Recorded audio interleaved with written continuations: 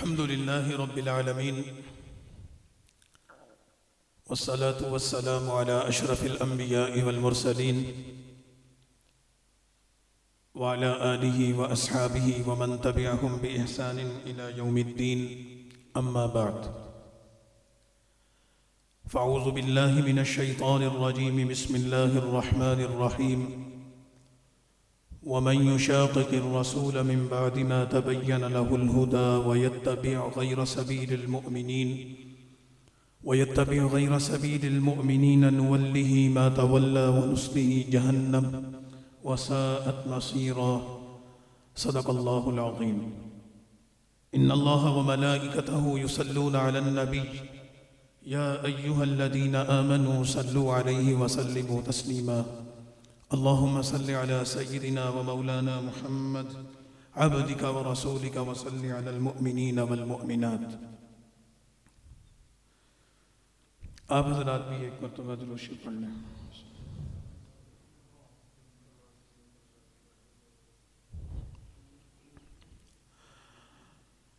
حضرات علماء کرام، اکابرین جمعیت علماء اسلام گجرانوالہ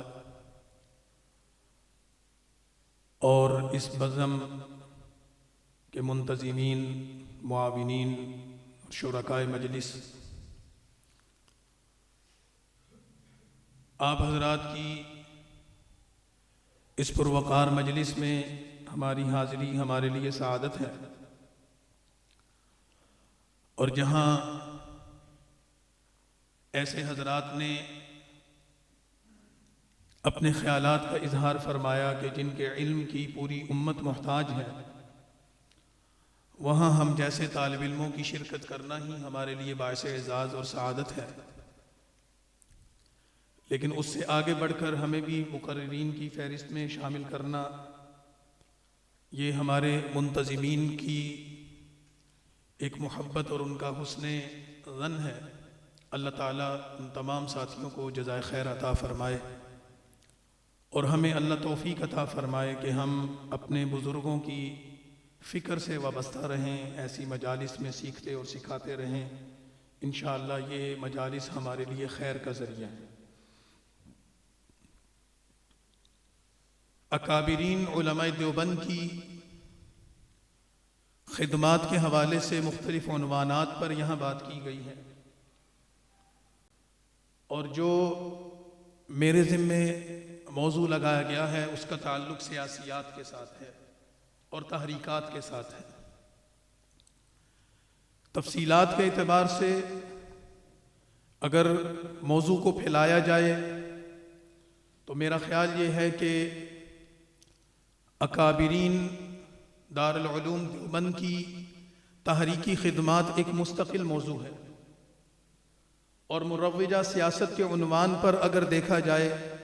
تو اکابرین دیوبند کی سیاسی خدمات ایک بالکل الگ موضوع ہے. لیکن ایک مجلس میں دونوں چیزوں کو اکٹھے بیان کرنا یہ ایک مشکل کام ہے. تحریکی زندگی کے اعتبار سے اگر دیکھا جائے تو ہماری تاریخ صدیوں پر پھیلی ہوئی،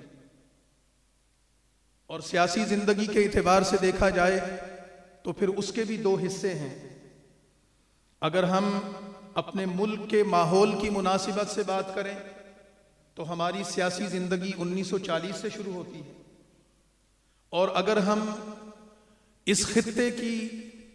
سیاسی تاریخ کے اعتبار سے دیکھیں تو پھر وہ تاریخ بھی ہماری کم و بیش 4 سے 5 صدیوں پر پھیلی ہوئی. لیکن یہ ایک حسین امتزاج ہے کہ ہمارا تحریکی مزاج ہو، ہماری تحریکی جد و جہد ہو، یا ہماری سیاسی زندگی کا سفر ہو، وہ تقریباً ہر دور میں اکٹھے چلتے رہے ہیں. اور تحریکات کی بنیاد ہو یا سیاسیات کی بنیاد ہو، ہمارے بزرگوں اور ہمارے اکابر نے ان دونوں چیزوں کے پیچھے اپنی کوئی ذاتی غرض نہیں رکھی،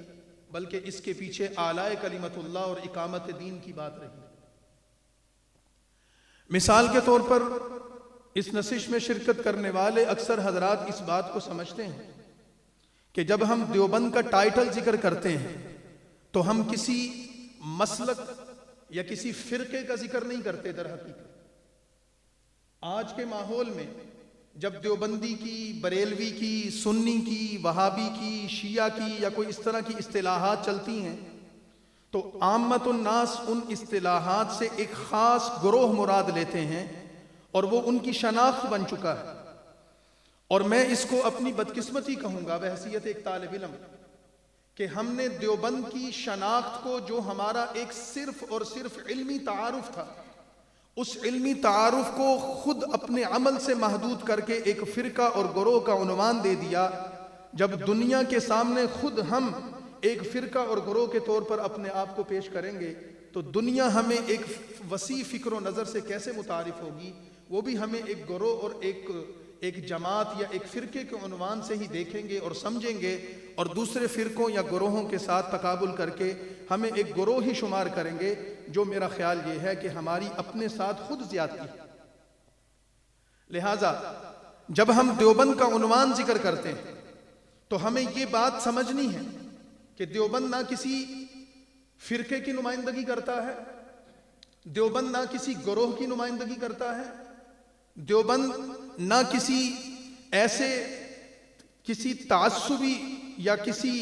کسی جماعت کی نمائندگی کرتا ہے کہ جو کسی محدود فکر کی نمائندہ ہو، بلکہ دیوبند دراصل اس علمی سلسلے کو بیان کرتا ہے جو اس خطے میں اسلام کے عالمگیر نظام کا نمائندہ رہا، اور اس نظام کو، جس نظام کو عالمگیریت کا تصور اس خطے کے بزرگوں نے دیا اور اس کو تحریکی مزاج دیا یا سیاسی مزاج دیا، اس کا آغاز مجدد الفسانی رحمت اللہ علیہ سے ہوا۔ یعنی ہم حضرت مجدد صاحب رحمت اللہ علیہ کے زمانے کو دیکھیں تو ان کی زندگی کا حاصل ہمارے سامنے کیا ہے کہ مجدد صاحب اپنے خطوط کے ذریعے، اپنی دعوت کے ذریعے عامت الناس میں اصلاح کی محنت تو کر ہی رہے تھے، لیکن ان کی تحریک کا اصل مقصد حکومت وقت اور اقتدار میں بیٹھے ہوئے لوگ تھے۔ براہ راست بادشاہ وقت ان کا مخاطب تھا، اس کے وزراء اور مشیر اس کے مخاطب تھے، اور ایک وقت ایسا آتا ہے کہ مجدد صاحب کو ان کی دعوت کے اور ان کی فکر کے نتیجے میں ایسی گرفت کی جاتی ہے کہ جیل میں ڈال دیا جاتا ہے، لیکن پھر ایک ایسا وقت بھی آتا ہے کہ حکومت وقت ان کے بتائے ہوئے اصولوں کو اپنے لیے مشعر راہ سمجھتی ہے۔ تو ہماری وہ فکر جس کو آج ہم دیوبندی تحریک یا دیوبندی سیاسی مزاج کے نام سے سمجھنا چاہتے ہیں، تو اس کو سمجھنا اس وقت تک ہمارے لیے ممکن نہیں ہوگا جب تک کہ ہم اس کا صدیوں پر پھیلے ہوئے پس منظر کو نہیں دیکھ سکیں گے۔ اور ایک دور وہ ہے، پھر اس کی تجدید، اس کی مزید تشکیل، اس کی ترتیب نو اس وقت ہوتی ہے جب امام شاہ ولی اللہ رحمت اللہ علیہ اپنے افکار لوگوں کے سامنے پیش کرتے ہیں، اور ہم اس سے بھی ایک قدم آگے بڑھیں، پھر اس کی ایک نئی تجدید اس وقت ہمارے سامنے آتی ہے کہ جب اس خطے میں انگریز قابض ہوتا ہے اور سامراج کے قبضے کے بعد اس خطے پر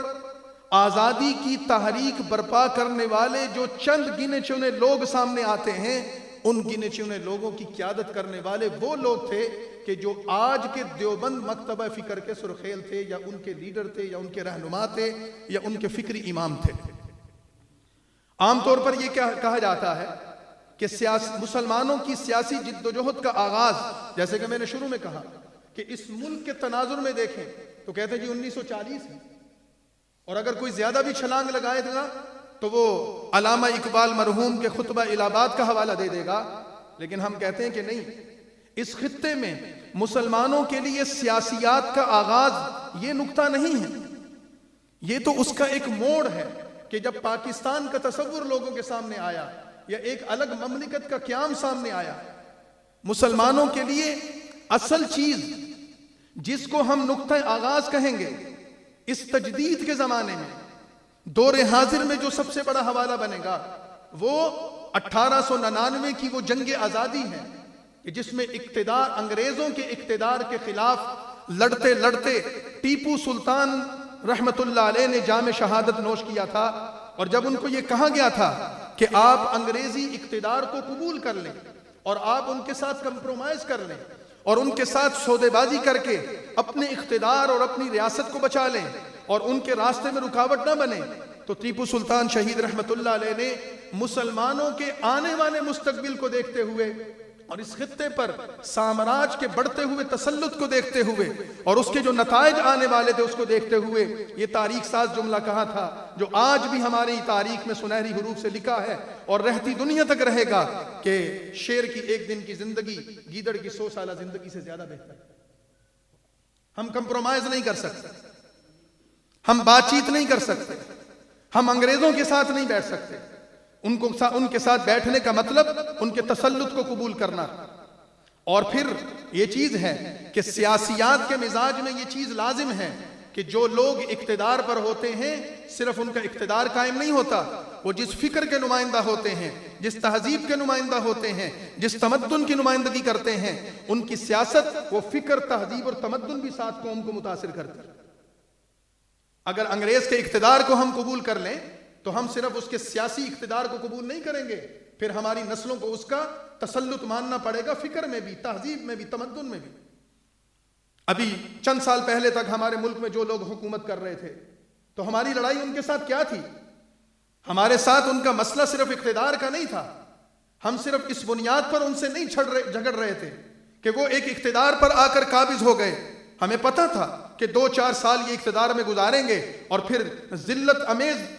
رویوں کے ساتھ یہاں سے رخصت ہوں گے کیونکہ ان کے پاس کرنے کو کچھ نہیں ہے۔ لیکن ہم نے کیوں برداشت نہیں کیا؟ کیوں ہم علم بغاوت بلند کیا؟ کیوں مزاحمت کی تحریک اٹھائی؟ صرف اس بنیاد پر کہ جو لوگ پاکستان کے اقتدار پر مسلط کیے گئے ہیں یہ صرف سیاسی غلبہ نہیں ہے، اگر ان کو موقع دے دیا گیا یہ ایک فکر لائیں گے، ایک تہذیب اور تمدن لائیں گے۔ ابھی اتنی بڑی مزاحمتی طاقت موجود تھی اور ان کو یہاں سے رخصت ہونا پڑا، جانا پڑا، اور آج وہ عبرت کا نشان بنے ہوئے ہیں۔ آپ مجھے بتائیے اس کے باوجود کہ وہ 2-4 سال یہاں گزار کر گئے لیکن معاشرے میں آپ کو ان کی تہذیب کے اثرات نظر نہیں آتے؟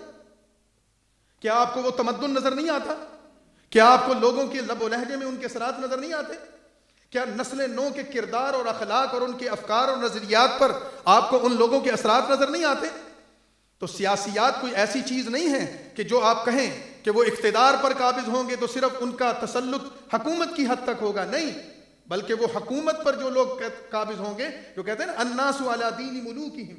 تو پھر لوگ ان کے صرف سیاسی فکر کو قبول نہیں کرتے بلکہ ان کے رہنے سہنے کو بھی قبول کر لیتے، پھر تہذیب اور تمدن میں انہی کا سکہ چلتا۔ تو ہمارے اکابر نے سیاسیات کی جو محنت کی، جس کو میں عرض کرنا چاہ رہا ہوں کہ اس سیاست کو سمجھنے سے پہلے ہمیں ماضی کو سمجھنا ہوگا اور اس کے پس منظر کو سمجھنا ہوگا کہ ٹیپو سلطان کیا کہہ رہے تھے۔ شیر کی ایک دن کی زندگی یہ ہمارے لیے بہتر ہے، گیدڑ کی 100 سالہ زندگی بھی اس کا مقابلہ نہیں کر سکتی۔ ہماری سیاست کی بنیاد یہ جملہ ہے۔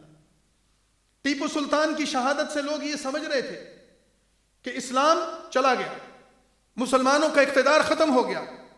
لیکن اس کے 2-4 سالوں کے بعد ہی شاہ ولی اللہ رحمت اللہ علیہ نے جو فکر کی بنیاد ڈالی تھی، ان کے صاحبزادے شاہ عبدالعزیز رحمت اللہ علیہ نے ہندوستان کے دارالحرب ہونے کا فتویٰ دیا، اس کی سزا ان کو بھگتنی پڑی۔ دارالحرب کا فتویٰ، دلی میں بیٹھ کر شاہ عبدالعزیز کا اتنا بڑا فتویٰ دینا یہ آسان کام نہیں تھا، وہ مسلمانوں کے اقتدار کو بچانا چاہ رہے تھے۔ اس کے نتیجے میں ان کو زہر دیا گیا، جلا وطن کیا گیا، ان کی زندگی بالکل ختم ہو گئی،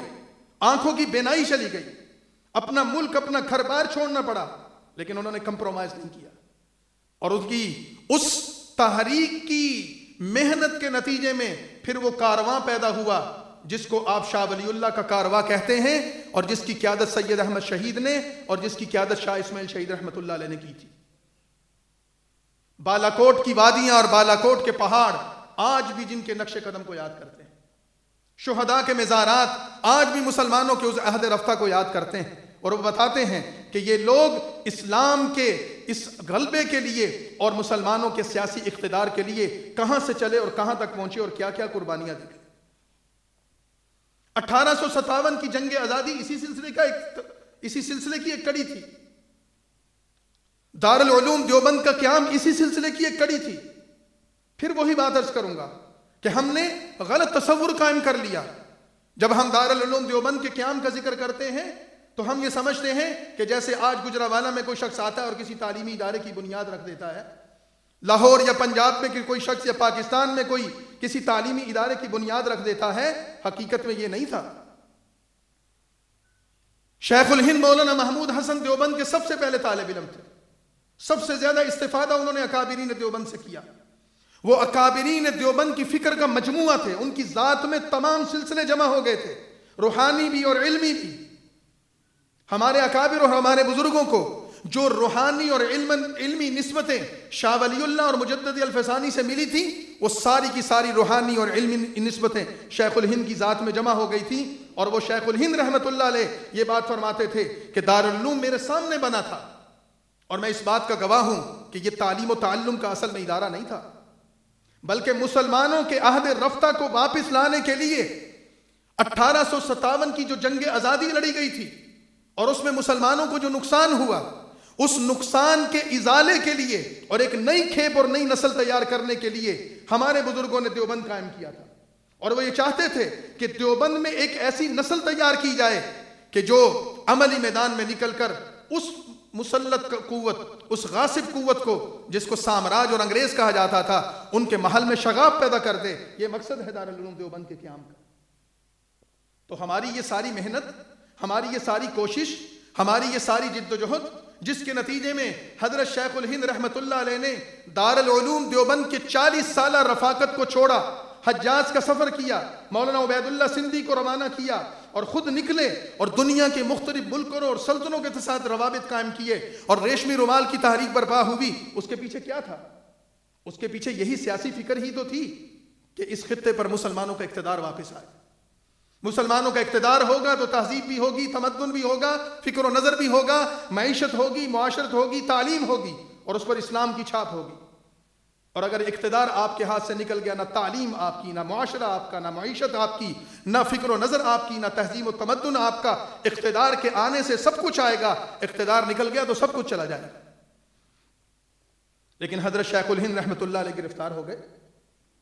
ان کی اس گرفتاری کے بعد تحریک رکاوٹ کا شکار ہوئی، تسلسل ٹوٹ گیا۔ لیکن جب کئی سالوں کے بعد حضرت شیخ الہند رحمت اللہ علیہ کی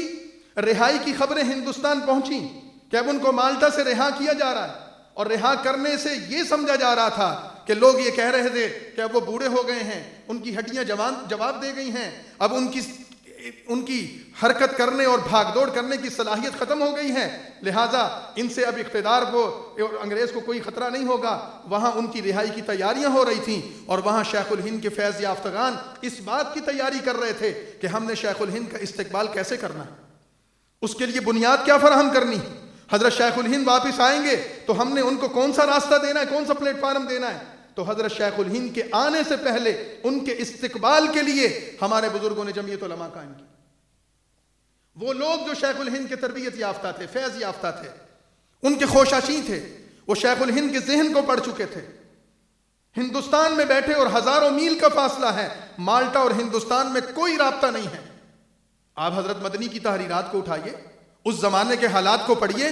کئی مہینے گزر جاتے تھے، خط نہیں آتا تھا اور حال احوال نہیں ہوتا تھا، لیکن لوگوں کا فکری تعلق ایسا مضبوط تھا،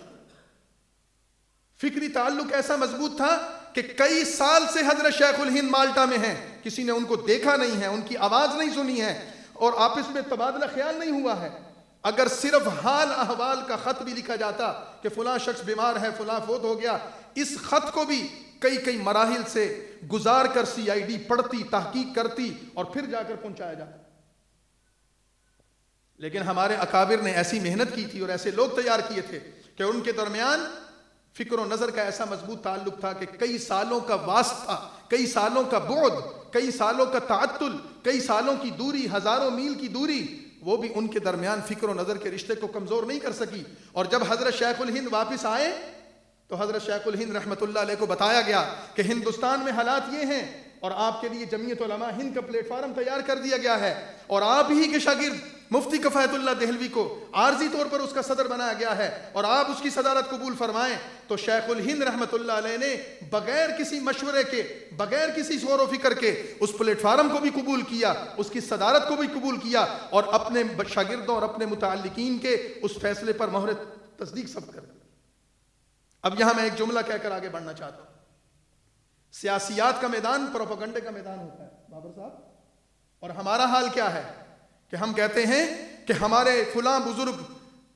فلاں لوگ ہمارے بزرگ ہیں اور ہم ان سے تعلق رکھنے اور نسبت رکھنے کو اپنے لیے فخر اور اعزاز سمجھتے ہیں، لیکن ہمارے ظاہری تعلق کا عالم تو یہ ہوتا ہے کہ ہم القابات بھی کرتے ہیں، مبالغہ آمیزی بھی کرتے ہیں، تعارف کرواتے ہیں تو ہم بہت کچھ کہہ جاتے ہیں، لیکن ہمارے فکر و نظر کی حالت یہ ہوتی ہے کہ اخبار کی ایک خبر ہمارے ایمان کو ہلا دیتی ہے، ایک کالم نگار کا تجزیہ ہماری سیاسی رائے کو بدل دیتا ہے، ایک ٹی وی پر بیٹھے ہوئے اینکر کا ایک بیان ہمارے ایمان کو خراب کر دیتا ہے کہ ہم تو مولانا کے بارے میں یہ سمجھتے تھے، ہم تو فلاں کو یہ سمجھتے تھے اور یہ نکلے۔ تو ہمیں اس پر بھی غور کرنا ہے،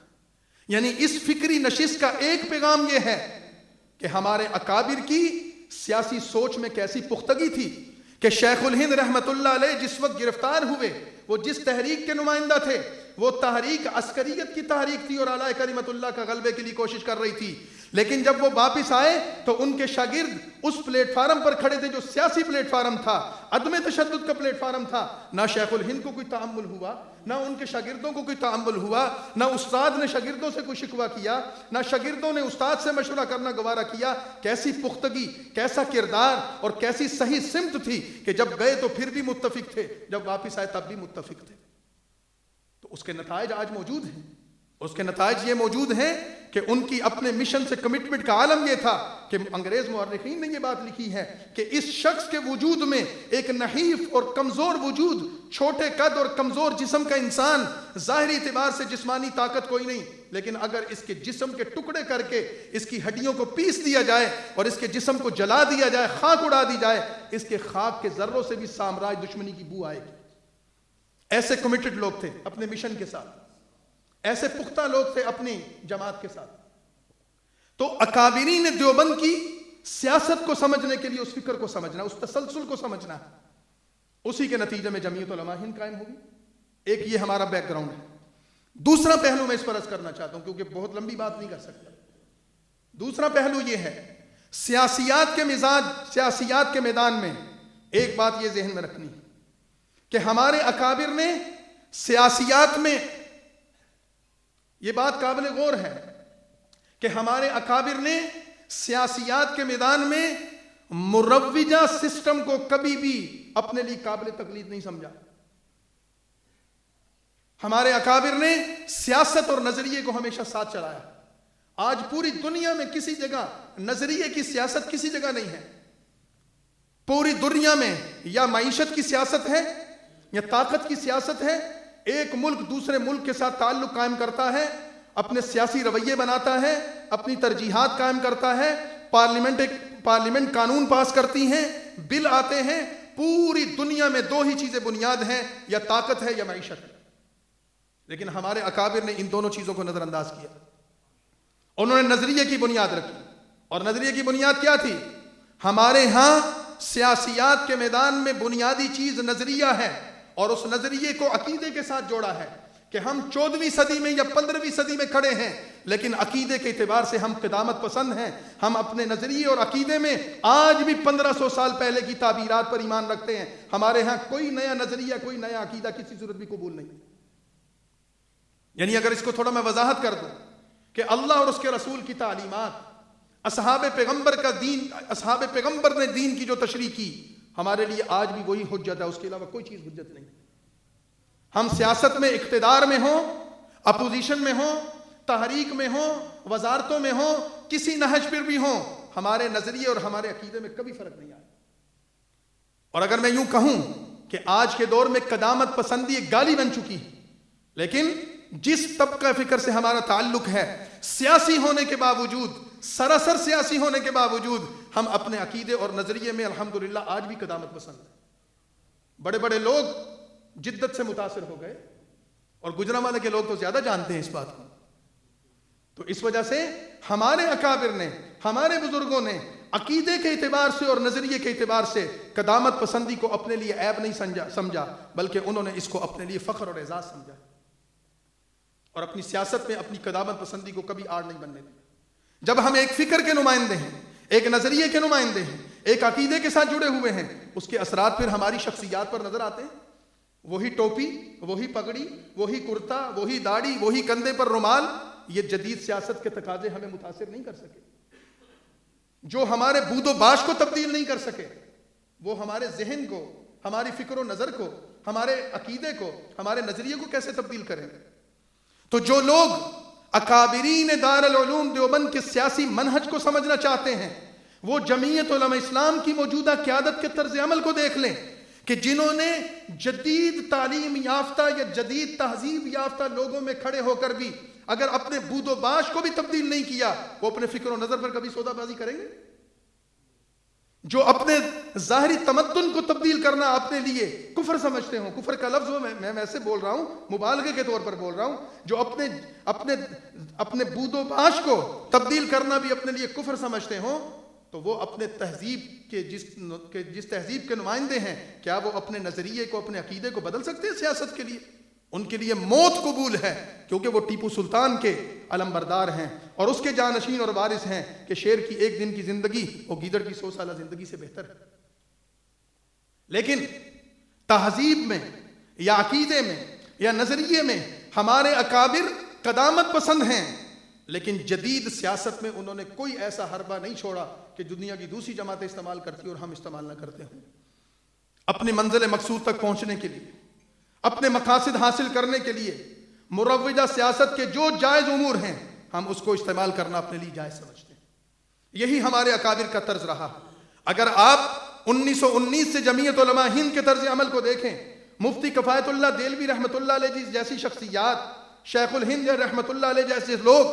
کہ جب وہ آئے اور انہوں نے جمعیت علماء ہند کی صدارت سنبھالی اور اس کے پہلے اجلاس میں شرکت کی اور ٹھیک 2 ہفتوں کے بعد وہ انتقال کر گئے، انہوں نے جو خطبہ ارشاد فرمایا تھا اس خطبے کو آپ پڑھ لیجئے، علی گڑھ میں جو کچھ فرمایا تھا آپ اس کو پڑھ لیجئے۔ انہوں نے فرمایا تھا ہمارے لیے یہ سیاسی طرز عمل جہاد ہے، ہمارے لیے یہ سیاسی جد و جہد بالکل اسی طرح جہاد ہے جس طرح کبھی تلوار اٹھا کر جہاد کیا جاتا تھا، بندوق اٹھا کر جہاد کیا جاتا تھا، اسی طرح یہ جلسے کرنا، یہ جلوس نکالنا، یہ اجتماعات کرنا، عامت الناس کو متوجہ کرنا، رائے عامہ کو ہموار کرنا، یہ بھی ہمارے لیے جہاد ہے اور کار ثواب ہے، ہم اس کو دین کا حصہ سمجھتے ہیں۔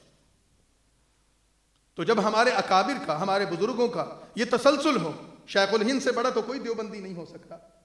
وہ اس جلسے اور جلوس کو اور اس سیاسی حکمت عملی کو، بلکہ وہ تو اس سے آگے بڑھ کر کہہ گئے، میں تو نہیں یہ بات کہہ سکتا، چھوٹا ہوں، لیکن حضرت شیخ الہند کی بات کو تو نقل کر سکتا ہوں کہ جو فرما رہے تھے کہ حجروں میں بیٹھ کر جو دین کی خدمت کرنے کو کافی سمجھتے ہیں اور کشمکش زمانہ یعنی کہ قومی معاملات سے لا تعلق رہنے کو ہی اپنے لیے دین کے لیے کافی سمجھتے ہیں، وہ دین کی خدمت نہیں کر رہے، وہ دین کے خدمتگار نہیں ہیں۔ شیخ الہند کے الفاظ ہیں، جائیے حوالہ دیکھ لیجئے، خطبات شیخ الہند میں موجود ہے، علی گڑھ کا خطبہ موجود ہے، دارالعلوم دیوبند کی تاریخ میں یہ چیزیں موجود ہیں کہ شیخ الہند نے فرمایا تھا کشمکش زمانہ سے دور رہنے والے لوگ، سیاسیات سے دور رہنے والے لوگ، وہ اپنے آپ کو دین کے خدمتگار سمجھتے ہیں، نہیں، یہ دین کے خدمتگار نہیں بلکہ دین کے نام پر دھبا ہے۔ اب ایک دیوبندی ہو اور اپنے آپ کو غیر سیاسی کہے تو پھر اس کو اپنی دیوبندیت پر غور کرنا چاہیے، کیونکہ میں شیخ الہند سے بڑا دیوبندی نہیں بن سکتا، شیخ الاسلام حضرت مدنی سے بڑا دیوبندی نہیں بن سکتا، شیخ الاسلام مولانا شبیر احمد عثمانی سے بڑا دیوبندی نہیں ہو سکتا، مفتی کفایت اللہ سے بڑا کوئی دیوبندی ہے تو نکال کر لائیے، سارے پاکستان کے مفتی اکٹھے کر دیے جائیں تو وہ مفتی کفایت اللہ کا مقابلہ نہیں کر سکتے، سارے پاکستان کے شیخ الحدیث اکٹھے کر دیے جائیں وہ شیخ العربی والعجم مولانا حسین احمد مدنی کا مقابلہ نہیں کر سکتے۔ اگر انہوں نے اپنے آپ کو سیاسیات میں لگایا اور دین کے دیگر شعبے، ان کی خدمات ان کے سیاسی عمل میں رکاوٹ نہیں بنی اور انہوں نے اپنے آپ کو اس کے لیے کھپایا بھی اور لگایا بھی اور دن رات ایک کر دیا، جیلوں میں چلے گئے، تحریکی زندگی کی ان کی جوانیاں نظر ہو گئیں، ان کے بڑھاپے اس میں چلے گئے، تو پھر ہم اپنے آپ کو غیر سیاسی کیسے کہہ سکتے ہیں؟ نسبت دیوبند سے بھی ہو اور اپنے آپ کو کہیں کہ ہم غیر سیاسی ہیں تو پھر آپ اپنی نسبت پر بھی غور کیجئے، پھر آپ اپنی تعبیر پر بھی غور کیجئے۔ ہاں، اس کی مناسب تعبیر یہ ہو سکتی ہے کہ میں دین کے جس شعبے میں کام کر رہا ہوں، دین کے اس شعبے میں کام کرتے ہوئے الحمدللہ میں ایک شعبے میں لگا ہوں، کام کر رہا ہوں، جتنی میری ہمت اور وسائل ہے میں خدمت کر رہا ہوں، لیکن میں تائید کرتا ہوں دوسروں کی،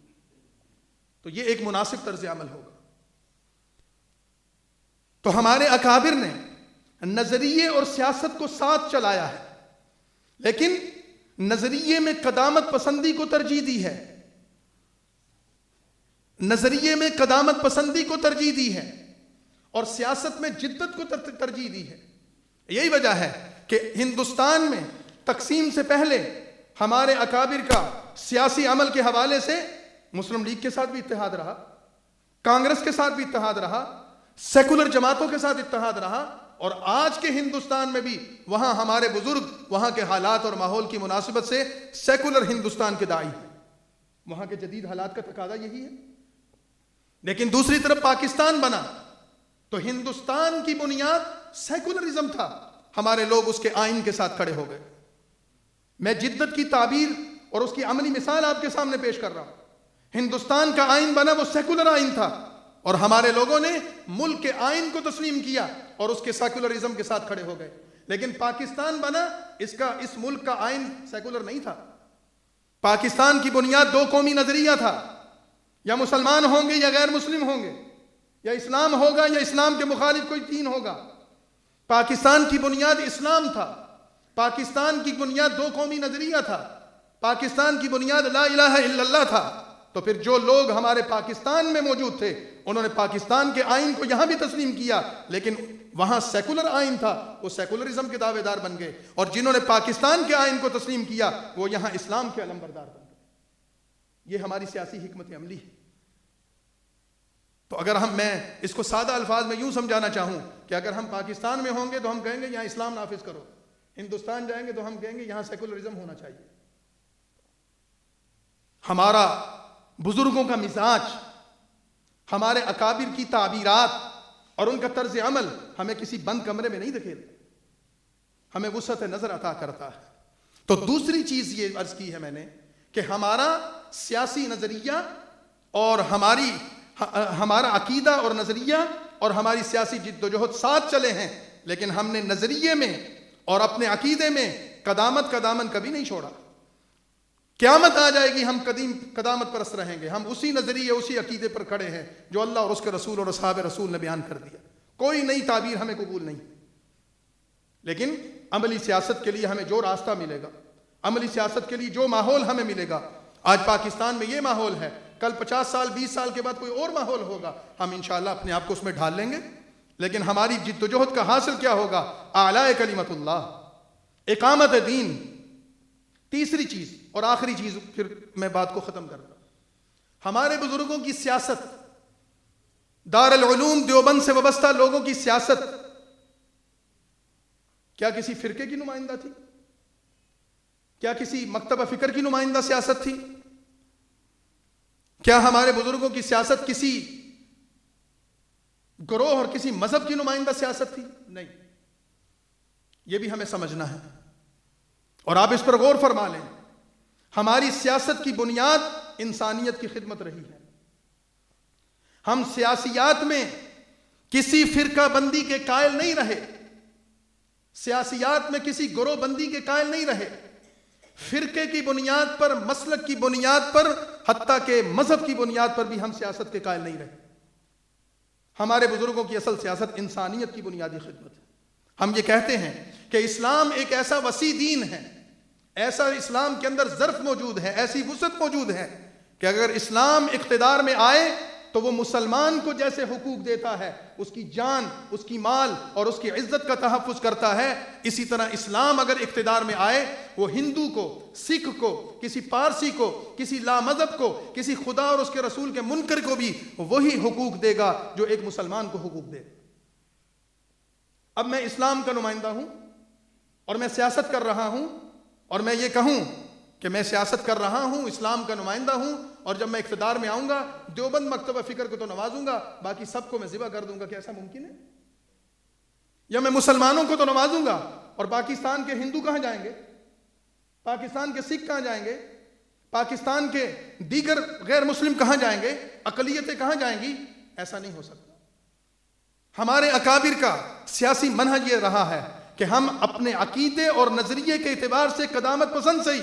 لیکن اسلام کی دامن میں الحمدللہ اتنی وسعت موجود ہے، اتنی گنجائش موجود ہے کہ وہ جو حقوق مسلمانوں کو دیتا ہے وہی حقوق غیر مسلموں کو بھی عطا کرتا ہے۔ رسول اللہ صلی اللہ علیہ وسلم کی تعلیمات تو یہی ہیں۔ لہٰذا ہم اپنی سیاست میں نہ لسانی تعصب کا حوالہ دیتے ہیں، ہم اپنی سیاست میں نہ علاقائی تعصب کا حوالہ دیتے ہیں، نہ ہم اپنی سیاست میں ہم کسی مقامی گروہ بندی کا حوالہ دیتے ہیں۔ لسانیت ہماری سیاست کی بنیاد نہیں ہے، علاقائیت ہماری سیاست کی بنیاد نہیں ہے، قومیت ہماری سیاست کی بنیاد نہیں ہے، مذہب ہماری سیاست کی ایسے بنیاد نہیں ہے کہ ہم اپنے مذہب والوں کو تو ترجیح دیں اور دوسروں کو پاؤں کی جوتی کے نیچے رکھیں، ایسا ممکن نہیں ہے۔ ہماری سیاست کی بنیاد مولانا احمد علی لاہوری رحمۃ اللہ علیہ کا وہ تاریخی جملہ ہے جس میں وہ فرماتے تھے کہ بلا تفریق پوری انسانیت کی خدمت۔ انسانیت میں مسلمان بھی ہوں گے، غیر مسلم بھی ہوں گے، انسانیت میں کالے بھی ہوں گے اور گورے بھی ہوں گے، انسانیت میں اپنے بھی ہوں گے اور غیر بھی ہوں گے، وہ بھی ہوں گے جو ہمیں پسند ہیں اور وہ بھی ہوں گے جو ہمیں ناپسند ہیں۔ اب بتائیے، اگر آپ اکابرین دارالعلوم دیوبند کے سیاسی منہج کو سمجھیں اور سیاسی مزاج کو سمجھیں تو پھر ہماری وہ فرقہ پرستی کہاں کھڑی ہوگی، گروہ بندی کہاں کھڑی ہوگی؟ جو ہم تنازعات کا شکار ہو جاتے ہیں، فرقہ پرستی کا شکار ہو جاتے ہیں، ہم اپنے وسیع اور لامحدود فکر کو محدود کر کے ایک بند کمرے میں داخل کرنا چاہتے ہیں، اور ہم اس وسیع فکر کو ایک گروہ، ایک تعصب یا ایک جماعت یا ایک فرقے کا نام دے کر لوگوں کے سامنے پیش کرنا چاہتے ہیں، تو پھر ہم اپنے بزرگوں کی فکر کی نمائندگی کرتے ہوئے اس کے ساتھ انصاف نہیں کر رہے۔ لہٰذا اگر اکابرین دیوبند کی سیاسی حکمت عملی کو سمجھنا ہے تو پھر اس سیاسی حکمت عملی کو سمجھنے کے لیے ہمیں اپنے اندر سے اپنا تعصب نکالنا ہوگا۔ قومیت کا تعصب اگر ہے تو اس کو بھی نکالنا ہوگا،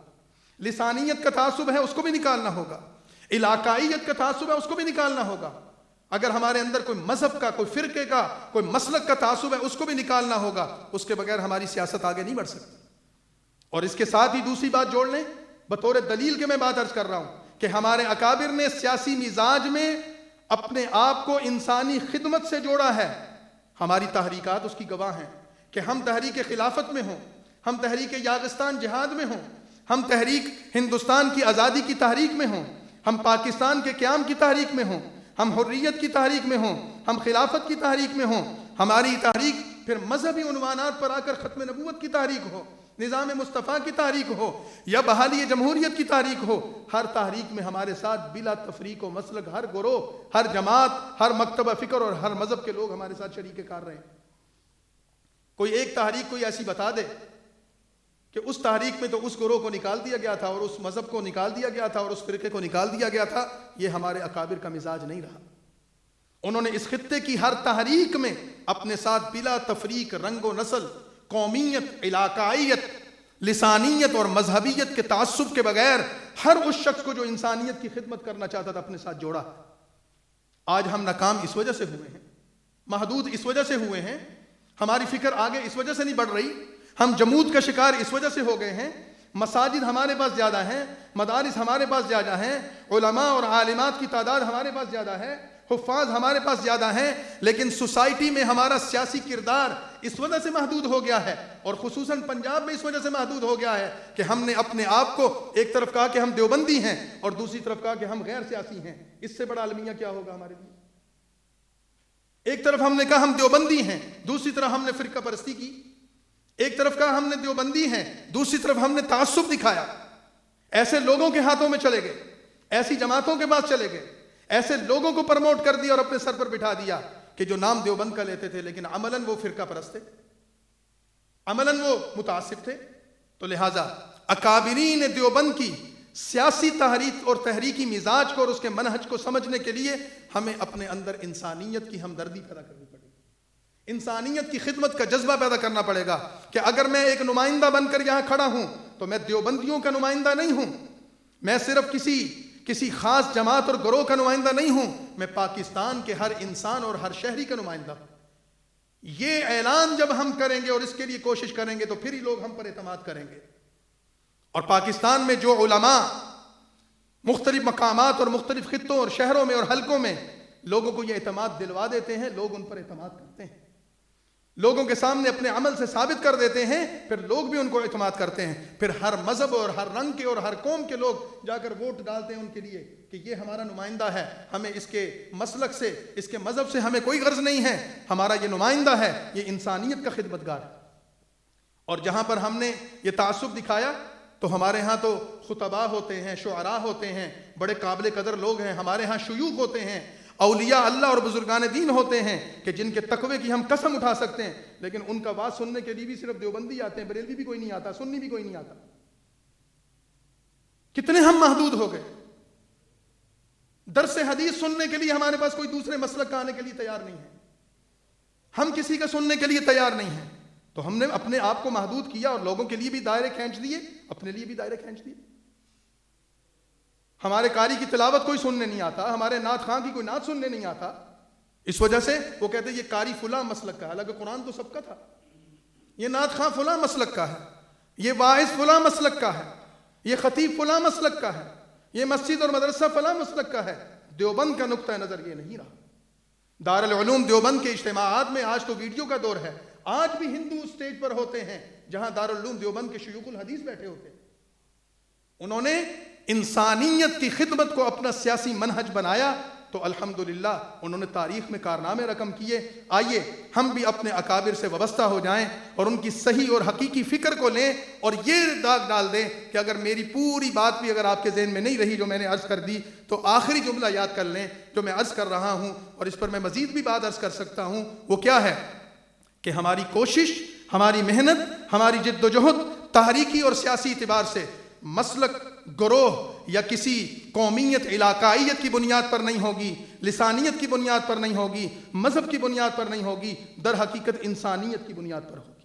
ہاں، ہمارا مذہبی تشخص قائم رہے گا، ہمارا عقیدہ قائم رہے گا، ہمارا نظریہ قائم رہے گا، ہم اپنے نظریے میں، اپنے عقیدے میں، اپنے مسلب و مکتبت میں ہم اس کے نمائندہ ہیں، ہم اس میں کسی قسم کی کچھ تغیر و تبدیلی نہیں کریں گے، ہم قدامت پسند رہیں گے۔ آج 2024 شروع ہو رہا ہے، یہ 2000 کی بجائے 4024 بھی آ جائے گا، زندگی رہی اور یہ فکر رہی تو انشاءاللہ اس فکر کے نمائندے اسی بود و باش کے ساتھ، عقیدے اور نظریے کی اسی قدامت پسندی کے ساتھ رہیں گے۔ لیکن اکابر دیوبند کی فکر کی حقیقی ترجمانی یہی ہوگی کہ آپ سیاسیات اور تحریکات میں مکتب کے، مسلک کے، مذہب کے نمائندہ نہیں ہیں، کسی گروہ کے نمائندہ نہیں ہیں، بلکہ انسانیت کے نمائندہ ہیں، اور انسانیت کی خدمت ہی انشاءاللہ ہمیں ترقی کے راستے دے گی۔ اللہ تعالی ہمیں یہاں آنے کو قبول فرمائے، توفیق دے کہ ہم ان باتوں کو سمجھیں اور اس پر عمل کی کوئی شکل بن سکے اور کامیابی کے راستے اللہ تعالیٰ کھولے۔ میں ایک دفعہ پھر منتظمین کا، اپنے ذمہ داران کا، جنہوں نے ہمیں دعوت دی، ہماری عزت افزائی کی، تہ دل سے شکریہ ادا کرتا ہوں۔